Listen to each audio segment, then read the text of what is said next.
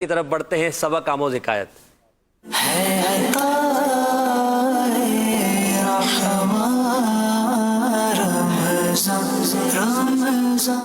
صلو علی الحبیب صلی اللہ تعالی علی محمد۔ سخت سردی کا موسم تھا اور ایک بادشاہ رات کو اپنے رعایا کی خبر گیری کے لیے شہر کا دورہ کیا کرتا تھا، اور سخت سردی میں جب وہ واپس آیا تو اس نے اپنے محل کے ایک پہرے دار کو دیکھا جو کہ بوڑھا تھا اور بہت ہی باریک سی اس نے قمیص پہنی ہوئی تھی۔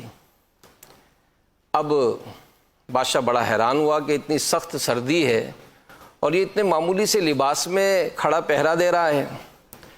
تو بادشاہ نے اس سے بڑی محبت سے پوچھا کہ بابا کیا آپ کو سردی نہیں لگتی؟ تو اس پہرے دار نے کہا کہ بادشاہ سلامت، سردی تو بہت لگتی ہے لیکن میرے پاس کچھ پہننے کے لیے ہے نہیں۔ تو بادشاہ نے کہا کہ میں ابھی اندر جا رہا ہوں اور تھوڑی دیر میں تمہارے لیے میں گرم لباس بھیجتا ہوں۔ بادشاہ جیسے ہی محل میں داخل ہوا تو ظاہر ہے محل کا جو ماحول تھا وہ ایسا تھا کہ بادشاہ بھول گیا اور جا کر وہ اپنے آرام میں لگ گیا۔ صبح محل کے دروازے پر اس پہرے دار کی لاش پڑی ہوئی تھی اور زمین پر انگلی سے اس نے کچھ لکھا ہوا تھا۔ تو دیکھنے والے جب قریب گئے تو اس نے کہا کہ ساری زندگی اسی لباس میں گزاری لیکن اے بادشاہ تمہارے آسرے نے تو میری جان ہی لے لی۔